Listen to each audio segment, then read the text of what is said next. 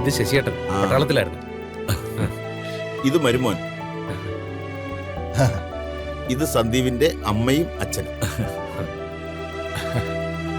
കയറി വന്നിട്ട് വാ.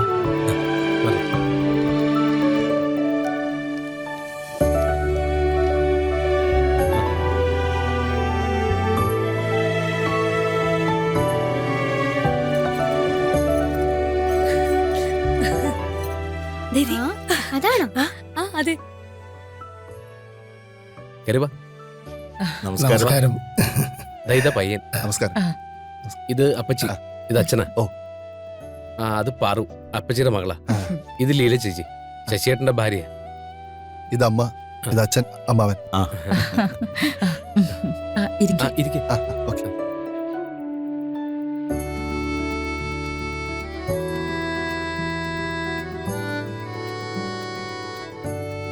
പയ്യൻ കൊള്ളാല്ലേ?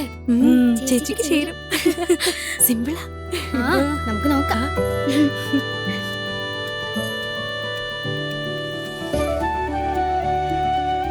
എന്തുമാത്രം പ്രതീക്ഷയോടെയാ എനിക്ക് വേണ്ടി ഏട്ടൻ ഈ ആലോചന കൊണ്ടുവന്നിരിക്കുന്നത്. ഇനി ഞാനായിട്ട് ഇതിന് തടസ്സം നിന്നാ ഏട്ടനത് വലിയ വിഷമാവും.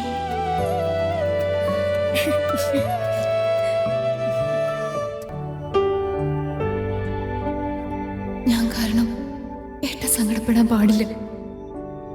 ഏട്ട സന്തോഷമായിട്ടിരിക്കണം, അതാണ് വേണ്ടത്.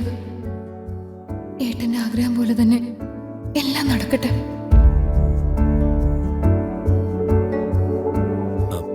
എന്നാ പിന്നെ ചടങ്ങ് തുടങ്ങില്ലേ? അയ്യോ, അമ്മാവൻ വന്നില്ലല്ലോ. അമ്മാവൻ വരാതെ ചടങ്ങ് എങ്ങനെ തുടങ്ങുന്നത്? അമ്മാവൻ വന്നിട്ടാവാം, അത് മതി. ഞാൻ അമ്മാവനെ കുറിച്ച് പറഞ്ഞിട്ടില്ലേ, അമ്മാവനെ ഈ കുടുംബത്തിൽ കാരണവര്. അമ്മാവൻ വരാതെ ഒരു ചടങ്ങ് ഞങ്ങൾ നടത്താറില്ല. അതതിന്റെ ഒരു രീതി.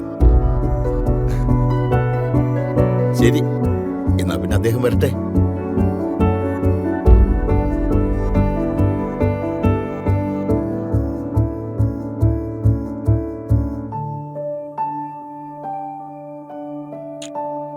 അമ്മ പെട്ടെന്നൊന്ന് വന്നാ മതിയായിരുന്നു.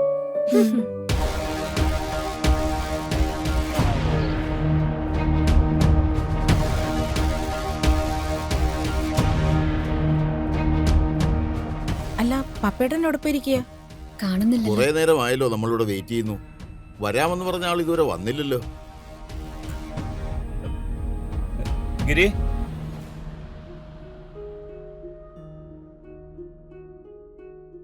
ശശിയേട്ടാ, ഗിരി, ഇവരിരുന്ന് മുഷിയുന്നുണ്ട്. ഇനിയും അമ്മാവൻ വരുന്നവരെ കാത്തിരിക്കണോ?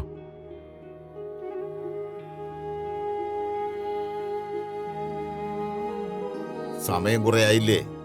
അമ്മാവന് വരാൻ എന്തെങ്കിലും ബുദ്ധിമുട്ടുണ്ടെങ്കിൽ നമുക്ക് ആ ചടങ്ങ് നടത്തിയാലോ? അപ്പച്ചി, അമ്മാവനോട് എത്തിന്നൊന്ന് വിളിച്ചു നോക്കിയാവോ? അമ്മ അച്ഛനൊന്ന് വിളിച്ചു നോക്ക്.